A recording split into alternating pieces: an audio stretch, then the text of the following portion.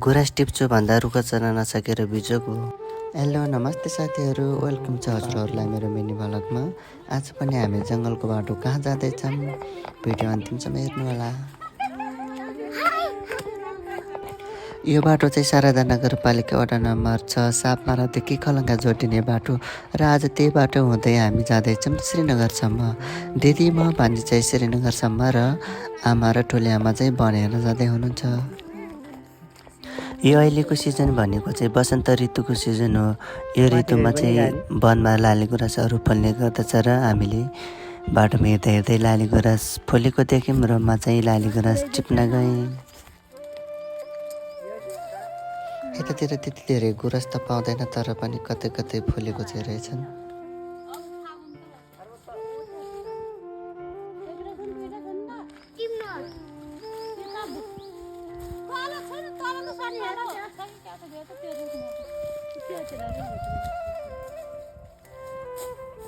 हाम्रो गाउँमा लाली गुराँस कतै कतै पाइन्थ्यो, म हत्तो हुन्छ क्या।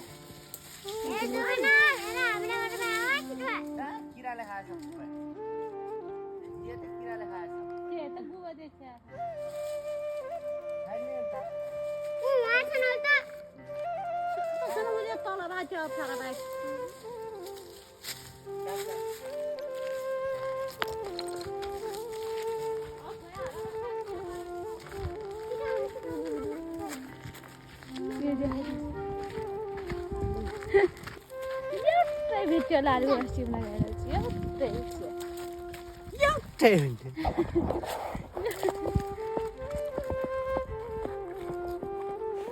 गुराँस टिपिसकेपछि फेरि हाम्रो यात्रा सुरु हुन्छ। यहाँ चाहिँ मेरो आमा हुनुहुन्छ र पनिर भनेपछि सबैलाई थाहा नै होला है। हजुरहरूकोतिर कसरी हेर्छन् त्यो त थाहा भएन, तर हाम्रो गाउँतिर चाहिँ दिनमा 2 घरको पालो हुन्छ। आज हाम्रो र ठुले आमाको थियो र भोलि अर्को 2 घरको हुन्छ।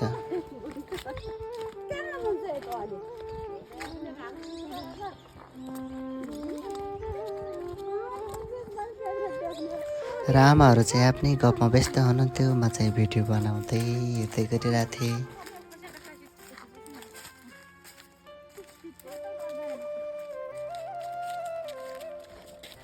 हिँड्दै थोरै अघि आइसकेपछि फेरि हामीले अर्को ठाउँ गुराँस फुलेको देख्यौँ। फेरि म टिप्न गइहालेँ। गुराँस टिप्न त गइयो, तर आफूसँग बडी ढङ्ग भएपछि यस्तै हो। गुराँस फुलेको माथि माथि, तर रुख चढ्न भने आफूलाई फिटिक्कै नआउने। त्यही रुखमा जसो तसो चढ्दै थिएँ, फेरि अर्को सप्टालो रुख अलि बढी गुराँस फुलेको रुख देखेँ। फेरि गएँ म त्यो रुखमा।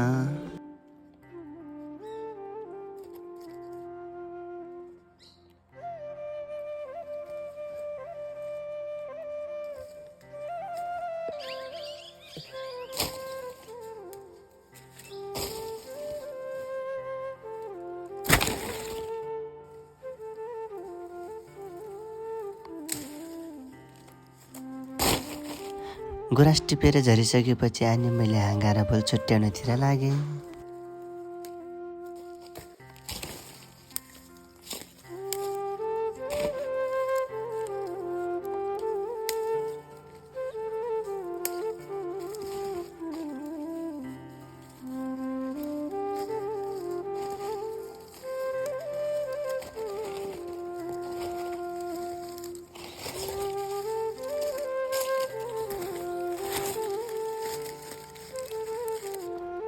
गुराँस टिप्ने काम सबै भ्याइसकेपछि त्यहाँबाट फेरि मैले आफ्नो यात्रा सुरु गरेँ।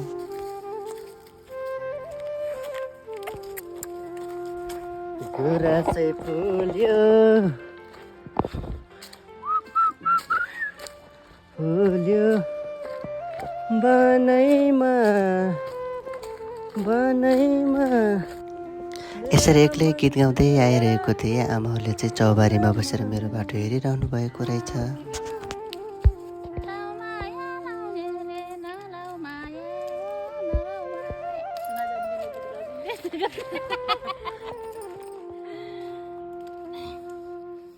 हाम्रो नेपालको राष्ट्रिय फुल कुन हो?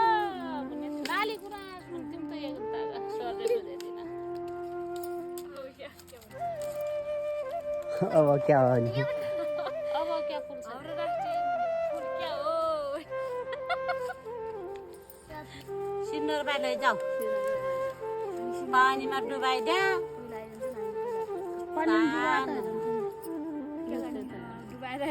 चाहिन्छ नि लिनु त गरे उसले राखिरहन्छ म बाख्रालाई छिरेतिर गरे अनि पेट र हामी अहिले बसेको ठाउँलाई चाहिँ सानो चौबारी भन्छ र त्यहाँ एकछिन बसिसकेपछि फेरि लाग्यौँ हामी आफ्नै बाटोतिर। बाटो चाहिँ यो डोजरले माटो फालेर अलि अप्ठ्यारो नै छ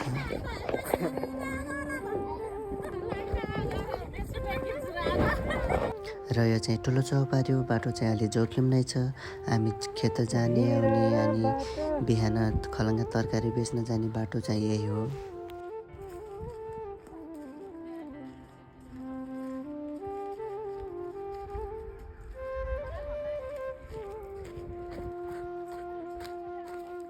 हावै चल्दैन।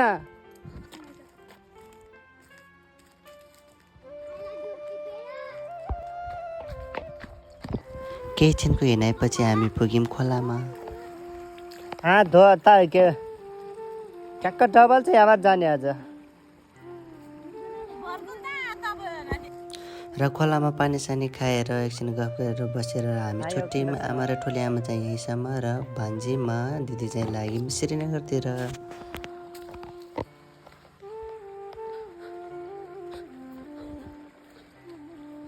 खेट्ने मुरा हान्के यत्रा बाजे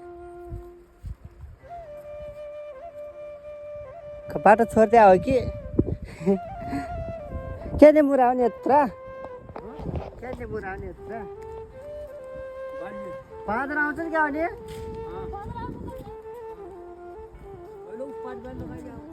र यतातिर चाहिँ आजभोलि धेरै जसोले बाँदरले खाइदिन्छ भनेर गहुँ नै लागेका छैनन्। बर्खा धान मात्रै लाउने गरेका छन् र हो त्यो पारेको खेत चाहिँ हाम्रो हामीले पनि लागेका छैनौँ गहुँ। र गहुँ रोपेकोहरू पनि बाँदरले खाइदिन्छ भनेर सधैँ हेर्न आइरहनु पर्छ।